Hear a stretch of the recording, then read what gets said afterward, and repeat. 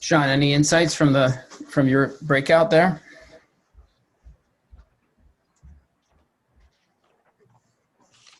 Yeah, a lot of concern around the election and the potential problems with the transition.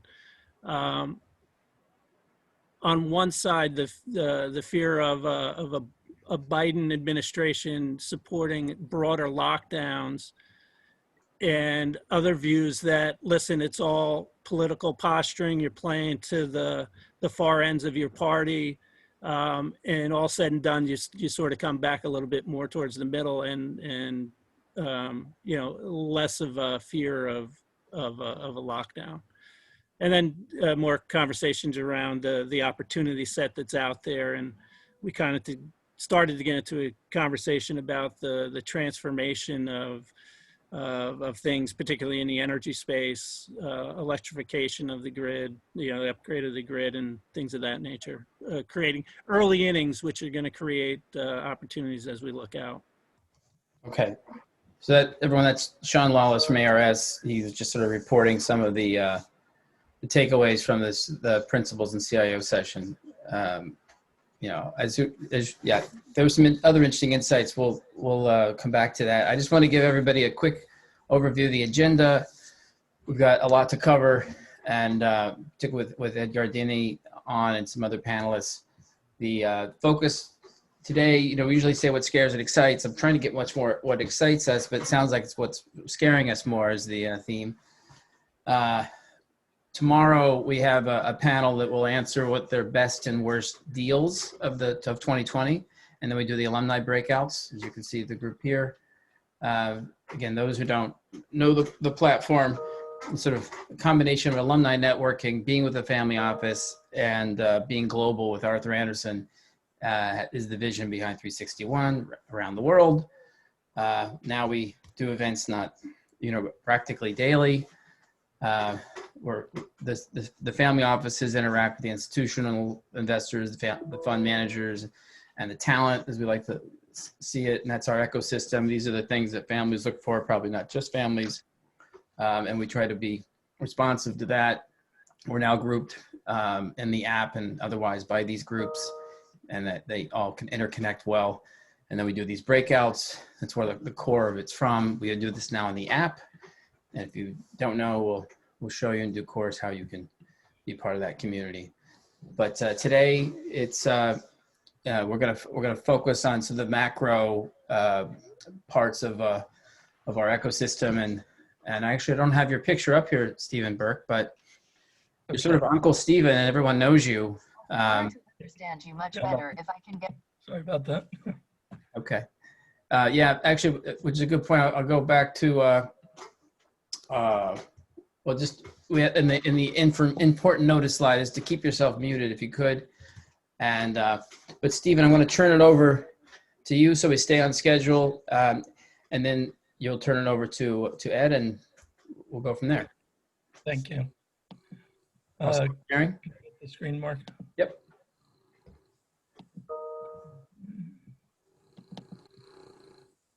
And I'm going to go through my stuff pretty quickly to get to Ed. So let me get the slideshow here. Start from the beginning. So listen, I know there's an election that has people out of sorts. It is what it is, and we're going to have to deal with it. I think there is some positives, and there is a path to get to where we want to get to, but it's not going to be easy. I've showed some of these slides in the past. I'm going to go through them very quickly, but inflation's been in a downward trend for decades here. Ed has had some views on that he may not share, but they're similar to the ones that we've talked about demographics, tech disruption, globalization, and debt.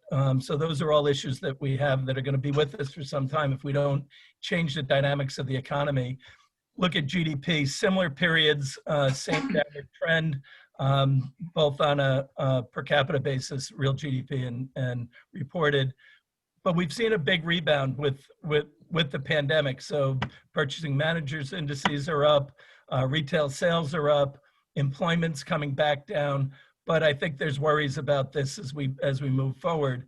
And we've done this against the backdrop of massive stimulus. A lot of it's been just for support, not for actual economic stimulus. So I think we have an opportunity there. One of my concerns is that we had this V shape, and now we're moving into a period where there's a lot of questions whether the resurgence of cases or lockdowns is going to put us into a pause that refreshes or something else, in which we have to see. But I think the big opportunity is we have this zero interest rate environment around the globe, and we have massive infrastructure needs that are an opportunity for us. This is a chart from the American Society of Civil Engineers, and the latest report was in 19, and they used the 17 numbers. But the real message from this report is if you go back to 2001, we had a cost to improve above what was budgeted for of 1.3 trillion. By not making the spends that we needed to make along the way, we're at 4.6 trillion. The idea of giving the government more money to spend the same way they've been doing is not going to get us there, but there is a way to split up the budget between a maintenance budget or an operating budget, an investment budget that would allow us to focus on the projects that we really need to take care of, whether it's around some of this energy transition that we need to make and other areas that are going to create more jobs. We know that infrastructure is a job creator, particularly in the near term. And I think we'll see that regardless of who wins the election, infrastructure is going to be a big part of it. It's not a slam dunk that we turn those dollars into productive growth, but if we spend it right, there are a number of opportunities that we can go after both here and around the world to do it. And it's not just a US problem. The IMF just came out the other day saying that they see this as a big issue. Big spends need to happen, but we can't do it the way we've done it in the past. So with that, let me jump right to Ed, because this is like one of those who doesn't belong and why when I'm talking about this, and then I'm turning it over to Ed. So Ed, why don't you take over? Thank you. Thank you very much. Thanks for this opportunity to meet with you folks. I've been doing a lot of these Zoom calls ever since February and March. And one of the things that I've observed, and I see it here, it's kind of like, watching the show The Brady Bunch. We got all these people on the screen. But the thing that strikes me is I seem to be one of the few people that have a home office. Everybody seems to be working from their kitchen or their den or their living room. So I guess that could be a hopeful sign that, once the coast is clear, people are going to want to go back to normal, back to the office, and back to actually physically being in a workplace. We've been virtual since 2007. We don't have any company office. Everybody's been working virtually, but we haven't really used video technology. We've used emails to communicate with each other. But in any event, welcome to my world, and we'll see how much longer people stay this way. Obviously, we're all getting cabin fever. I've got 3 painters in the other room here. We decided we didn't like the color in the living room, so that's being repainted. We got a new sofa, and there's a part of the economy that's doing awfully well. And then, of course, there's an important part of the economy that's not doing so well. Let me just kind of summarize a lot of my thoughts with charts. They say charts are worth 1,000 words. Let's go here to the real GDP outlook that we have. We have a V-shaped recovery in the short term, and then a Nike swoosh. Real GDP dropped by 32% at an annual rate during the second quarter. I think we had a 2-month recession, unprecedented. You can see the blue shades indicate when a recession started and when it ended. And this one, I think, was a 2-month recession. It was basically March and April. And March was at the end of the first quarter, so it knocked down the first quarter by 5%. And April is the beginning of the second quarter and knocked that down by 32%. Unprecedented. It is an annualized rate, but still, on a comparative basis, it's a depression-like fall off in the economy. On the other hand, it looks like it ended. Everything seemed to have bottomed in April, and all the major macroeconomic indicators basically showed a V-shaped recovery. Part of that's arithmetic. The harder you fall, the more you bounce. It's kind of like a bungee jump. But we're looking for 30% increase in third quarter real GDP. The Atlanta Fed's tracking model, which converts the indicators as they come out, into a real GDP number is actually at 35%. And then we see this thing going to 10% in the fourth quarter. And if it turns out that the third quarter was really more like 35%, we'll probably tone back the fourth quarter. But the pattern still, as you can see with this hand that I got on the screen, V-shaped for the third and the fourth quarters, then more of a Nike swoosh. Honestly, I've been chasing this thing to the upside. We started out with the third quarter up 20%, then 25%, now 30%. It could be 35%. And we did think that we wouldn't get back to where we had been in late 2019 until 2022. But with this tremendous recovery for the second half of the year, I think we could be back to where we were in 2019 by the end of 2021, and then moving on to new highs in GDP.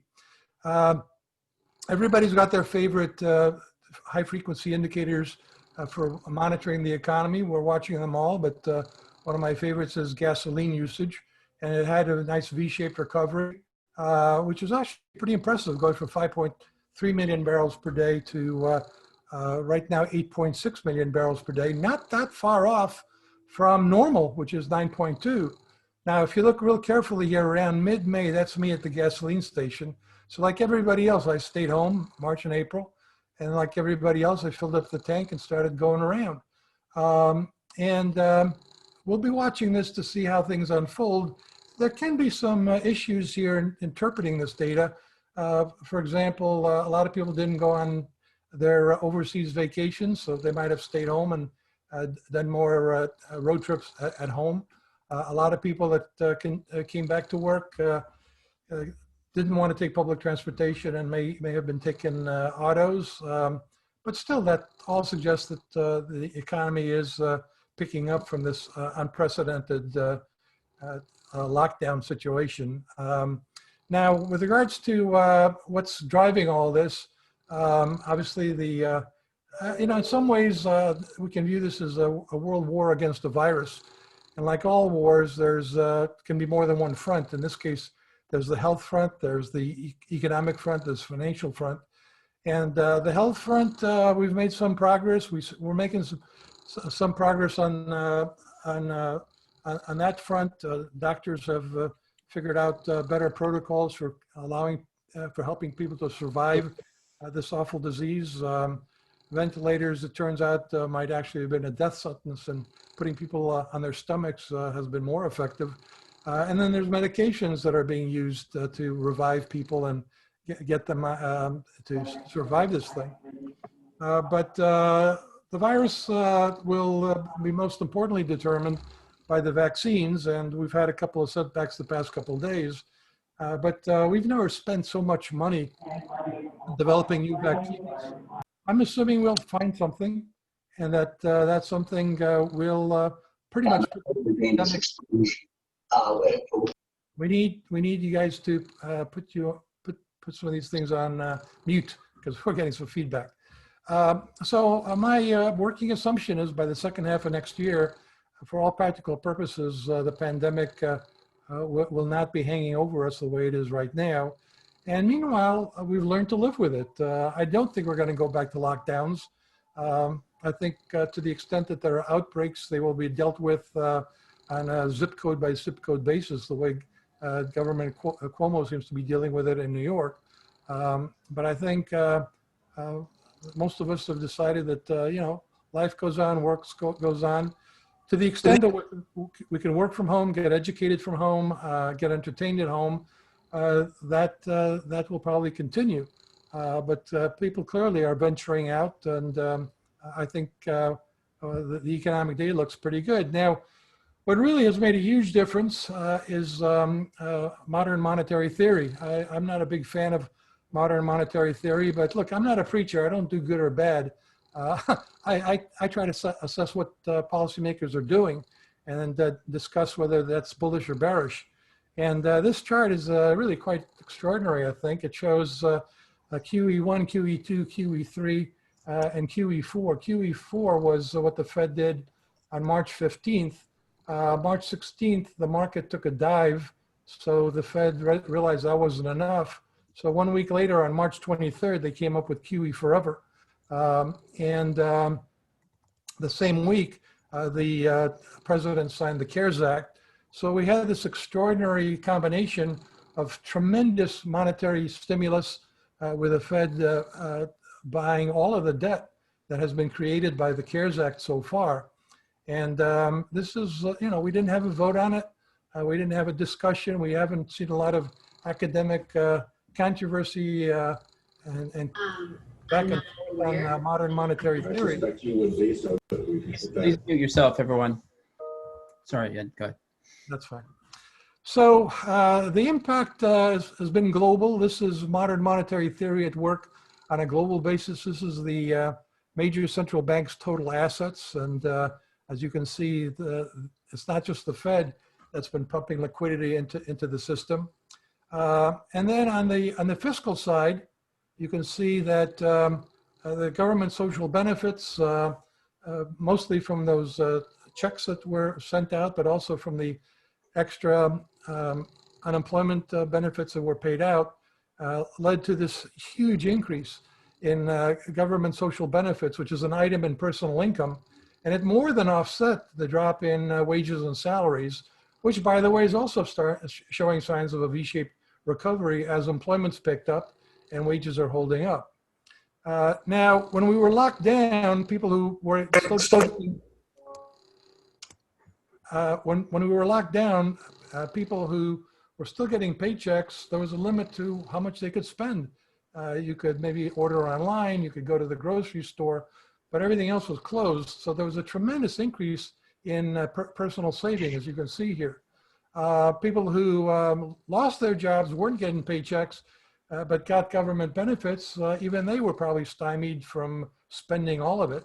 But since then, since the lockdowns were gradually lifted, we did see a tremendous drop in the personal savings, but there's still, I think, enough in the system to keep the economy stimulated on the fiscal side from this initial round of stimulus for probably through the end of the year. And meanwhile, so the impact, of course, has been immediate on retail sales. Never saw or expected anything like this, but this is what happens when fiscal monetary policies respond in an unprecedented way to this kind of crisis, and retail sales have gone up to an all-time record high. And then it's important to recognize as there's a lot of commotion about whether we're going to get another fiscal stimulus package. I think we probably will, might be after the election. But for now, there's still a tremendous amount of monetary stimulus in the system. And a lot of this is benefit anything that's housing related. There's no precedent for new home sales to equal housing completions. As you can see, we've always had completions exceed new home sales. And maybe some of that is people building their own homes, but the reality is that the inventory of new homes and existing homes is down dramatically. I don't have room to show all my charts here, but there's something called pending home sales, which is a leading indicator for existing home sales, and it just flew off the charts in the past couple of months. So there are going to be a lot of existing home sales. When I went to the paint store to look for some samples, there was a long line to get in. If you own Sherwin-Williams, you know what that stock has done. The paint store manager had a sign on the front door saying, "Help wanted." Anything housing related has been absolutely booming. So the economic front is doing better, very well. That's not to say it's not going to get challenging up ahead here as some of the fiscal stimulus wears off. But I think there's a tremendous amount of monetary stimulus that will work through housing and other areas. And by the way, it's not just housing. Clearly, the combination of the pandemic, urban crime has convinced people, a lot of people, to move out to the burbs. And when you move out to the burbs, not only do you need a house, you need a car. And so that's another area that should do pretty well. Well, we made a tremendous amount of progress thanks to the Fed's QE Forever, MMT, whatever you want to call it. The credit spreads between between high yield corporates and treasuries, that would have undoubtedly blown out to where we had been at least back in 2008.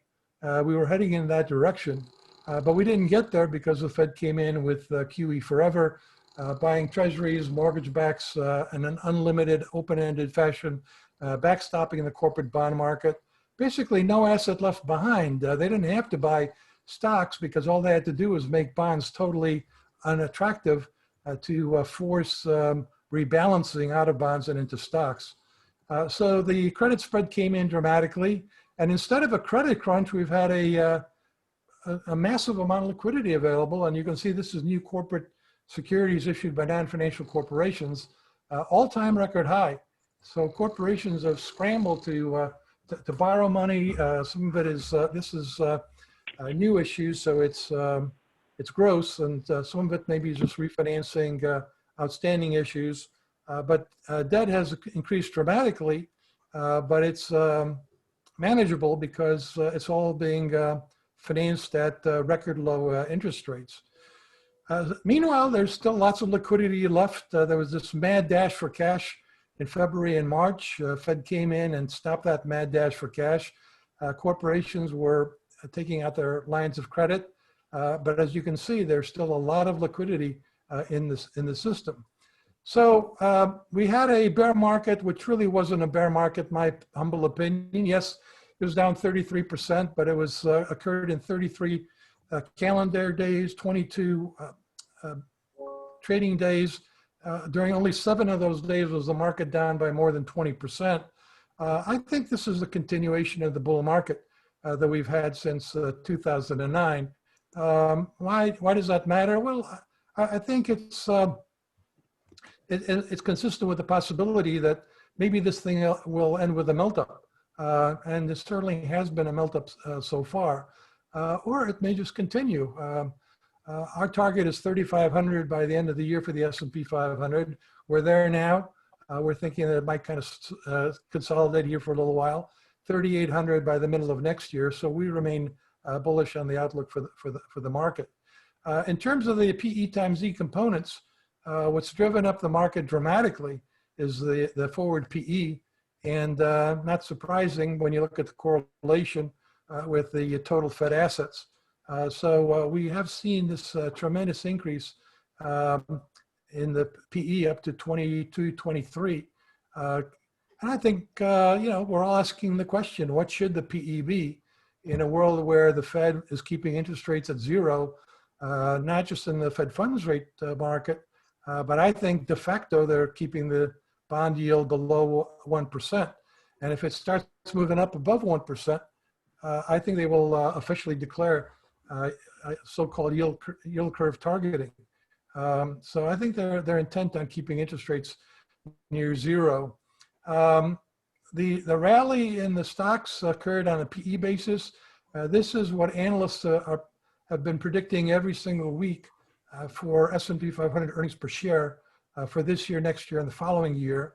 Our number for this year, we've raised them about a month ago. We went from 120 to 125 per share this year, from 150 to 155 next year, and from 175 to 180. So it's a V-shaped recovery in earnings. If you look at it relative to, it's kind of comparable to what happened back here in the great financial crisis. During the great virus crisis, a very similar kind of pattern, but maybe things happening a little faster. As you can see, once the pandemic was declared by the World Health Organization, analysts got the memo, slashed their numbers, and then they started to realize, well, wait a second, it's not everything's falling apart here. There are actually some companies that are benefiting from all this. It turns out that Amazon did some retailers a favor by kicking them in the butt over the past years and kind of making them realize they had to go head to head with Amazon with online alternatives. And so some of those companies actually benefited quite a bit. And then the housing related stuff has been doing quite well.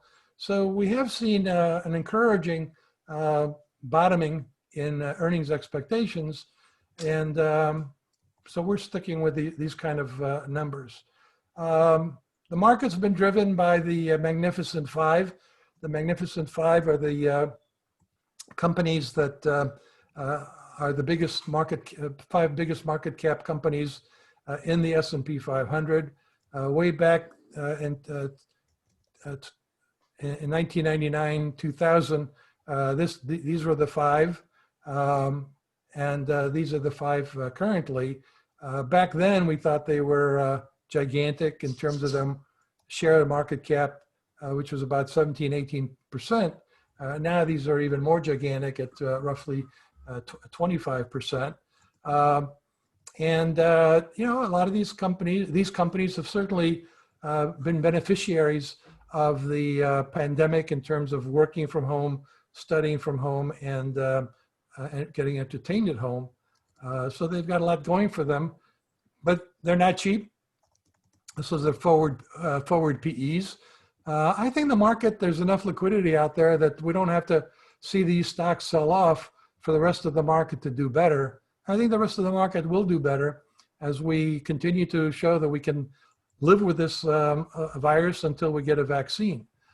So the Magnificent Five obviously explain why growth has wildly outperformed value, and certainly explains why growth, which always has a higher PE than value, has a very high PE of 28.4, though not as crazy as it was back then. But even value is not as cheap as it had been. And again, zero interest rates will do that. In terms of stay home versus go global, stay home had a different meaning prior to the pandemic. Stay home was, the way I discussed it, was overweight the US relative to the rest of the world. And we're still in stay home mode in our thinking. As you can see in the second half of the 90s, you wanted to stay home. Looking at the ratio of the MSCI US to the all country world, ex-US dollars or local currencies. Then China joined the World Trade Organization, and you wanted to invest in BRICS and commodities, and you want to short the dollar. Here you want to be long the dollar. Since 2008, the dollar's been relatively strong, and whether you look at it in dollars or local currencies, the US has outperformed the rest of the world. This is the dollar versus commodity prices. I watch this relationship very closely. Again, back here, when you wanted to be overweighting the US, you saw the commodity prices were relatively flat. The dollar was strong. Everybody wanted to invest in technology, and you had to be in the US to do that. In the 2000s, you wanted to be short the dollar, you want to be long commodities. Well, where are we now? We've seen the dollar basically trending higher since the financial crisis, really since 2011. And we've seen commodity prices trending lower. I don't see oil going back to 100. I don't see copper going to 4. You know, I think the recovery we've had in commodities is just kind of about it. So I'm not particularly bearish on the dollar.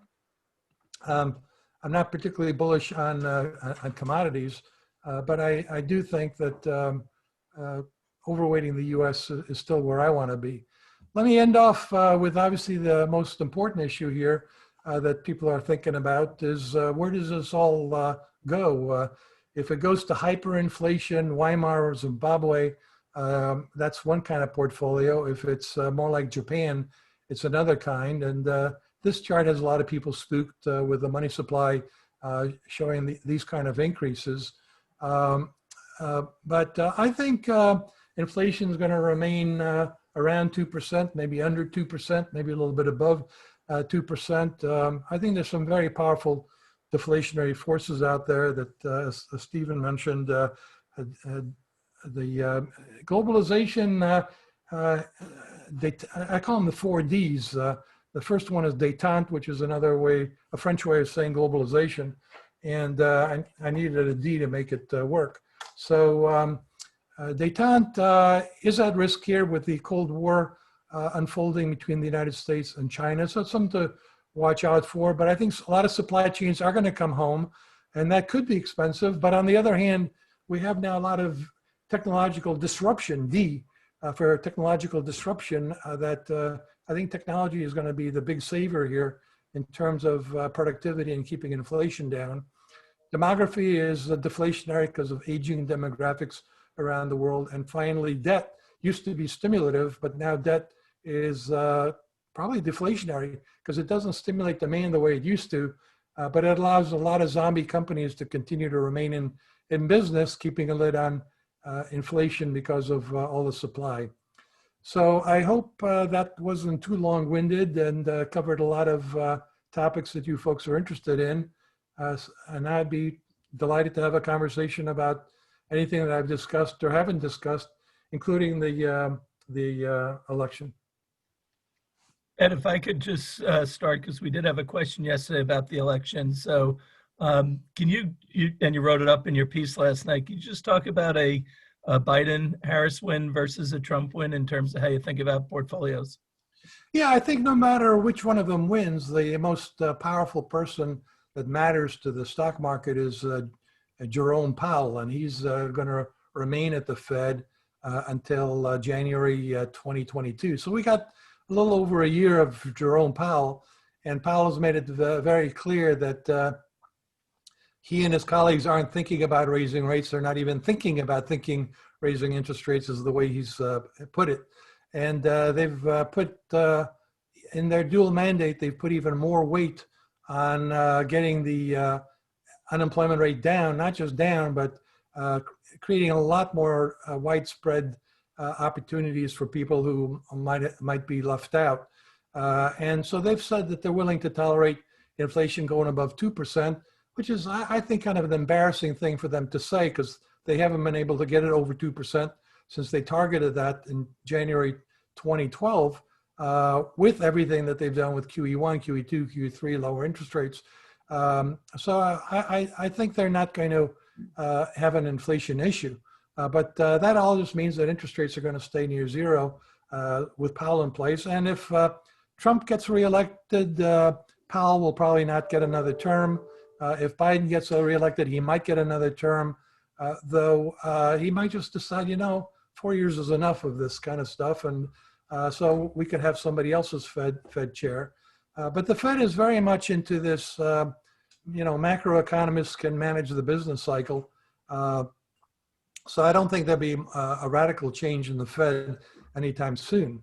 With regards to the White House and Congress, if Trump gets reelected, I guess the assumption is that the Senate will stay in Republican hands, and it's the same old, which for a while there, I think there was a widespread consensus that the market preferred Trump over Biden because Trump cut taxes, Trump is a deregulator. On the other hand, he really stirred things up with trade, but at the beginning of the year, he seemed to de-escalate the trade war with China. So on balance, investors figured that he was good for business.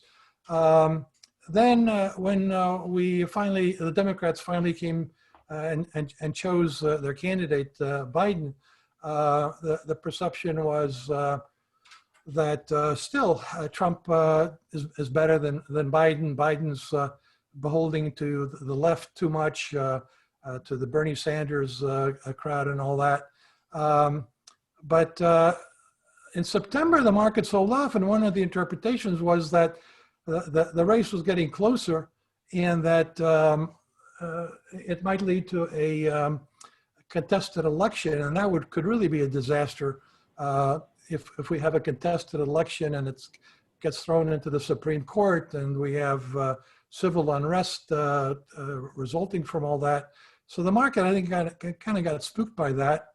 Then we had the first debate, and I think by all accounts, the widespread view was that Trump blew it, and that not that Biden had won it, but that in terms of convincing independent voters or people who just hadn't decided yet, that the election might have swung towards Biden.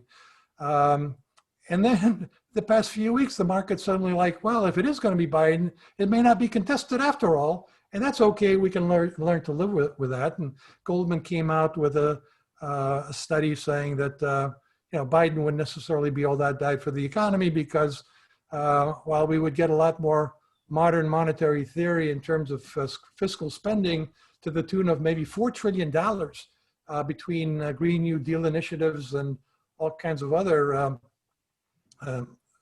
spending plans. I think if it's Biden or Trump, either one of them will probably create more infrastructure spending. But with Biden, you get a lot more spending, but you also get a lot more taxes with Biden across the board. And on a long-term basis, that's got to hurt the economy. But I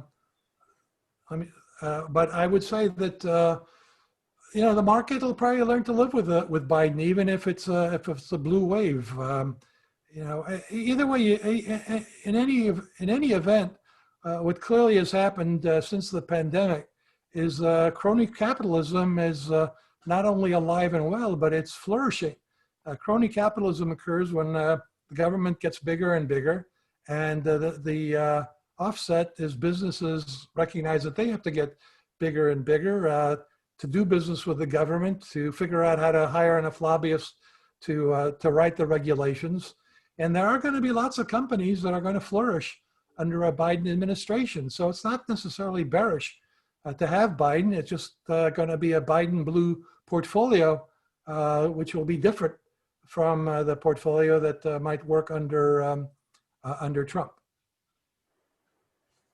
So Ed, thank you so much, and Stephen, for always producing really great speakers like this. It's very additive. Well, I wish we could almost riff on several of the topics you raised, Ed. But if you could pause, I'd like to bring in a couple perspectives. We have, it looks as if Greg may be out of pocket, but Candace Beaumont and Todd Rupert, who, if you don't know, Candace runs a family office, actually two. She could maybe briefly explain. And Todd was formerly the CEO of T. Rowe Price. They've been on these panels before.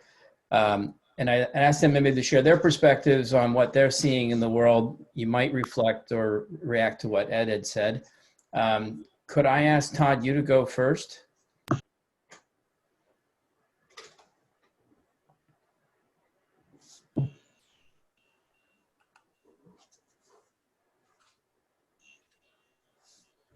Todd, you're,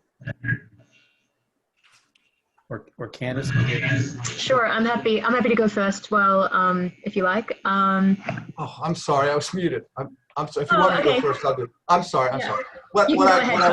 What I was saying is, Ed, thanks so much for your comments. I've always enjoyed your work and tend to agree with it. And I agree with much of what you said today. I do think that the electoral outcome could very well be irrelevant for markets.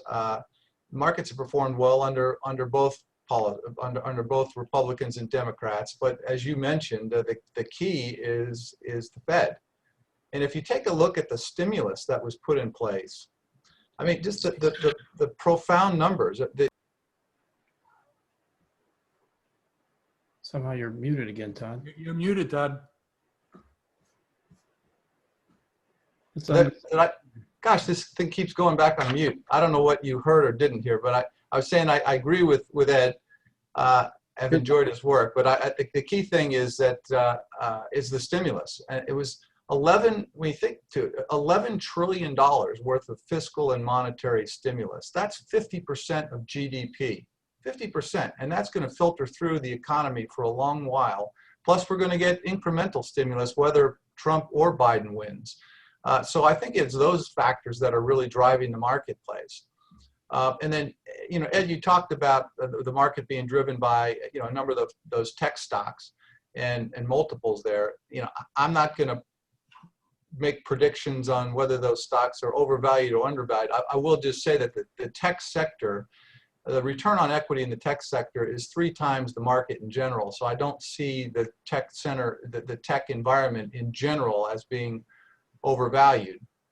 But where I see great opportunities, and I've made this comment before, is in the private markets. And a crisis can be a very, very great time to start a new company.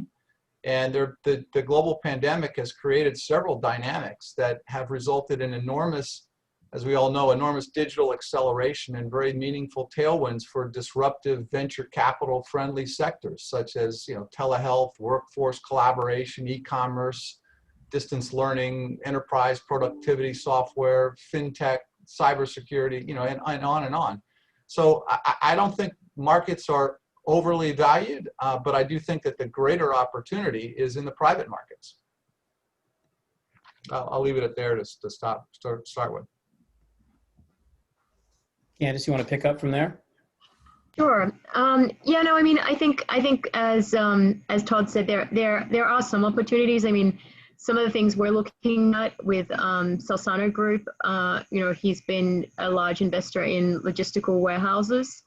And that's obviously, with the COVID crisis, it's obviously been an area that is thriving and growing. And it's probably the most profitable area of the real estate market right now.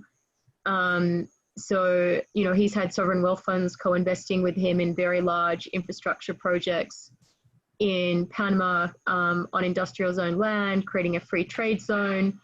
And what's happened now is other governments in Latin America have been witnessing what he's doing in Panama and are saying, come to our country, set up a free trade zone, build your logistical warehouses here. So now he's starting to roll it out in other countries throughout Latin America. So I think those type of, certain sectors of the economy, whether it be, obviously warehouses are growing and commercial real estate is somewhat more volatile and unpredictable because no one's in their offices.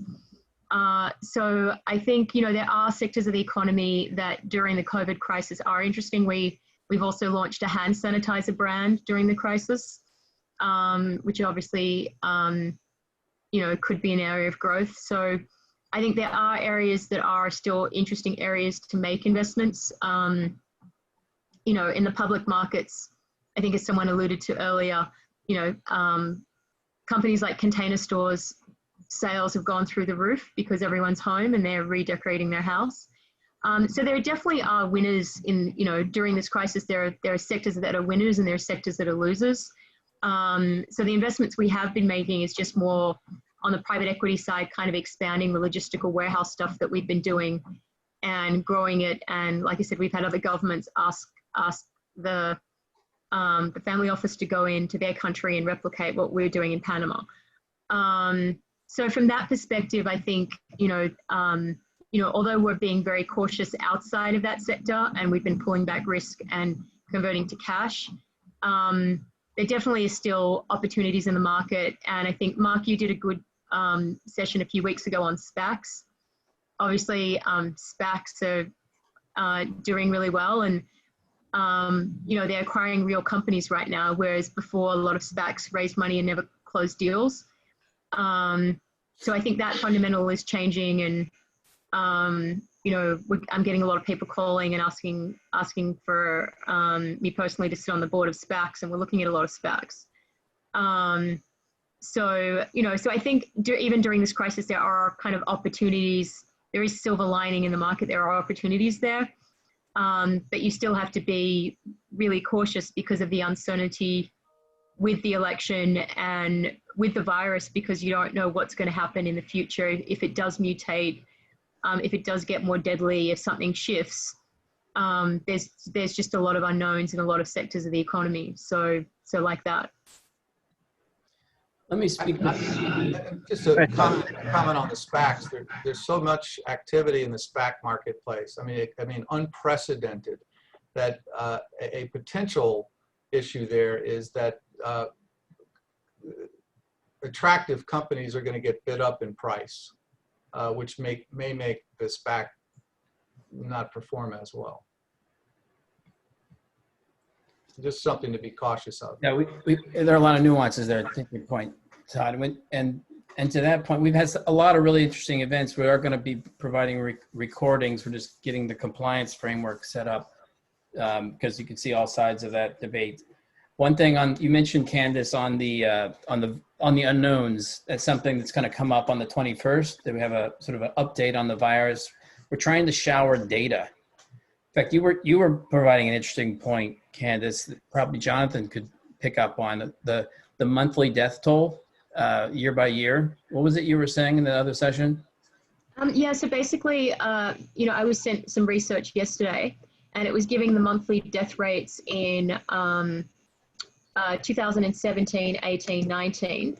And the reality is for 2020, the monthly death rates actually are not as high statistically as what they've been over the past 5 years. So if coronavirus was deadly, the monthly death rates, the average monthly death rate in the United States should be going up this year.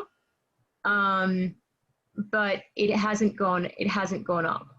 So you're looking at typically the average monthly death rate in the United States is around, it sits around,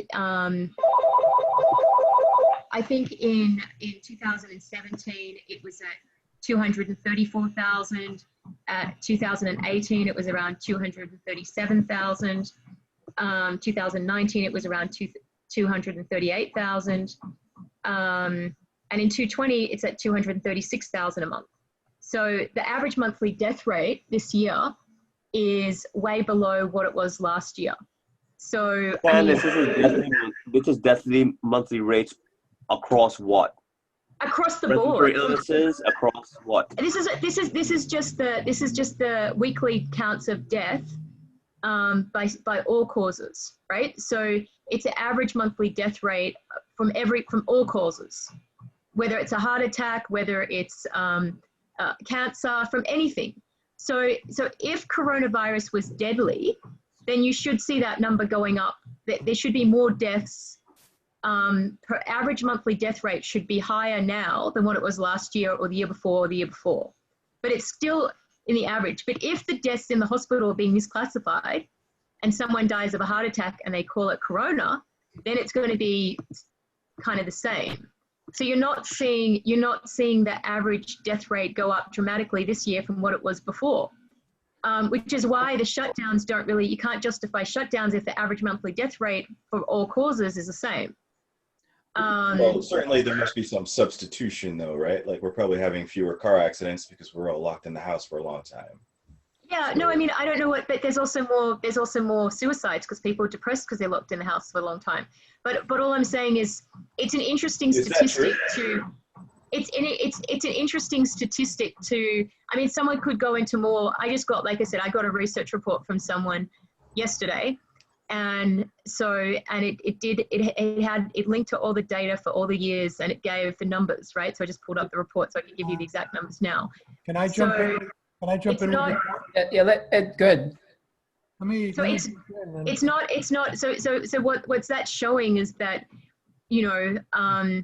is that maybe this whole thing is somewhat, and look, I'm very cautious. I wear masks. I don't even wear masks. I wear like a whole 3M Verisflow, highly sophisticated $2,000 hood that comes with a NOISH certified filter that's better than a mask. So I'm the most careful person. I've got like medical grade biological warfare equipment that I wear whenever I leave my house and I go to a supermarket. So I'm not just wearing a mask, I'm wearing like something better than an N95 3M 1860. I'm wearing a medical grade biological hood when I leave my house. So I'm being very cautious because I don't want to contract the disease. Ed, do you want to chime in? Yeah, can I share the screen? Yep. It says I can't. I need a host to authorize it. Angad, can you authorize Ed? Yeah, okay. Let me just show you what I got. Can you see this? Yep. Which one? Are you looking at live births? Live births and deaths, yep. Yeah. All right. On our website, we've got thousands of charts that are automatically updated in hundreds of publications. So all this stuff is sort of at our fingertips and it's all automatically updated. And this is the US live births and deaths. You can see this goes back to the 70s. And you can see that we've seen the number of births coming down. Now we do it on a 12-month basis. Just to smooth it out and get rid of seasonality and all that. And what you see with the deaths is that there has been an upward trend since 2010. which is probably consistent with just a population of aging baby boomers living longer, but there's so many of them that I think starting in 2011 is when the oldest ones turned in maybe mid-60s. So we have been losing more people just because of natural demographic aging. And when I look at this chart, it kind of confirms what you just said, which is I don't see a spike in this thing. You know, I mean, this is again, it's a 12-month average, but it certainly doesn't look like net, people are, dropping like flies here to this virus. And, the offsets, as you said, we're not having as many car accidents. On the other hand, we've got more suicides. But it'll be interesting when we finally get behind this and somebody, we finally analyze what happened in a more rational way, what the conclusions might be on how we should have handled it. I have my views, but not two data points to support what Candace's comment. One is you may have heard of the guy who died in a motorcycle accident. He was classified as COVID. And it was clear he died from a motorcycle accident. It wasn't COVID. So that's one. But granted, it could be one large statistic. Roger, can I submit that we'll go into this, and that's the whole purpose of these deep dives. We'll hit it. Oh, sorry. On the 21st. Again, it's just back to the screen. But this is important. Not to downplay the importance of studying statistics. This is what we're all about. So, hey, and Mark, it's Rob Colorini here. I had a quick question for Ed or the good input from Todd and Candace. Have you measured, or do you have any commentary on the loss or the gain of creativity in the COVID recovery? Because I think Todd, some of your comments, you were looking at some tailwinds of the glass half full with respect to healthcare and technology and some of the consumer facing, and even Candace, some of the fulfillment centers. I'd be curious if there was specific input there. Well, innovation happens all the time, and it's not dependent upon a good time period. And you've seen the National Venture Capital Association just came out with their third quarter report, the activity in the venture capital sector, which is where most of the innovation is occurring, continues apace. It's accelerating.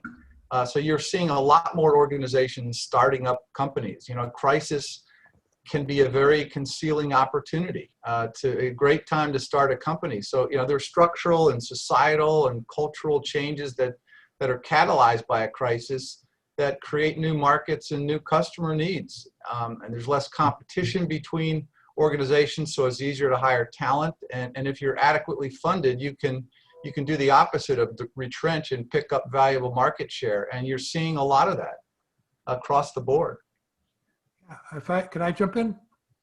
Yeah. Well, my working hypothesis is that we're really going to, this decade is going to turn out to be the roaring 2020s. You might recall from history that the 1920s really were preceded, first by World War I, which was a disaster. And then everybody was happy that the war was over, and we had a two-year Spanish flu pandemic, which killed even more people. And then in 1920, we had a recession, which felt like a depression at that time. So, imagine yourself in 1920 looking around and saying, my God, the world's going to come to an end here. And instead, we were on the verge of this roaring 1920s. I doubt that very many people saw electricity coming or autos coming or even plumbing coming. But here we are in the 2020s, and we know artificial intelligence, robotics, 5G, food manufactured in factories as opposed to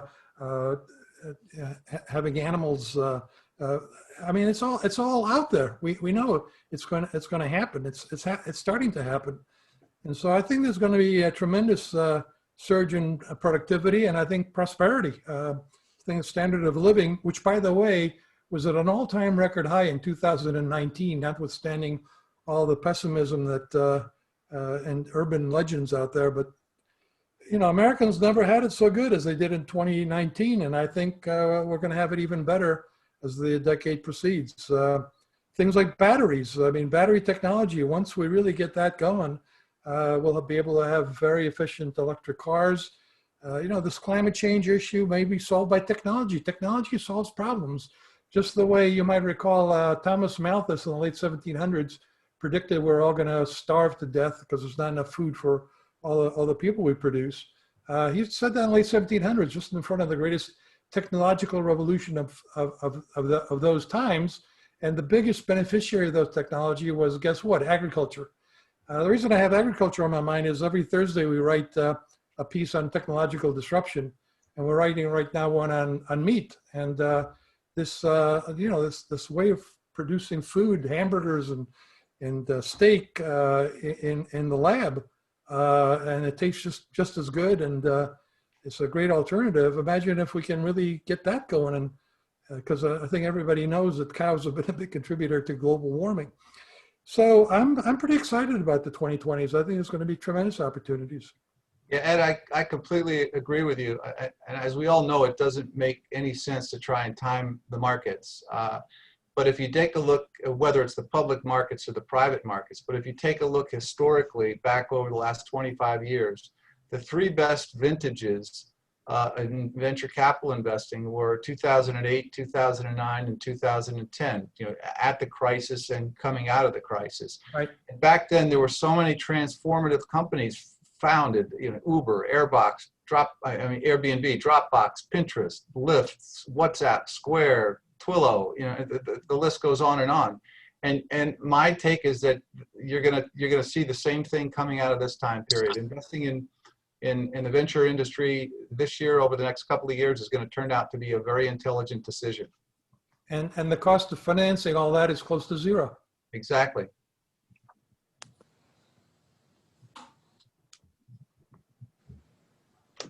So we're right at the 12 o'clock hour. I wanted to do is, I mean, I hate to stop this great conversation, but you know what really is, the 361 firm is, the 360 is really comes from a 15-year tradition of doing roundtables. So it's the messy but magical part.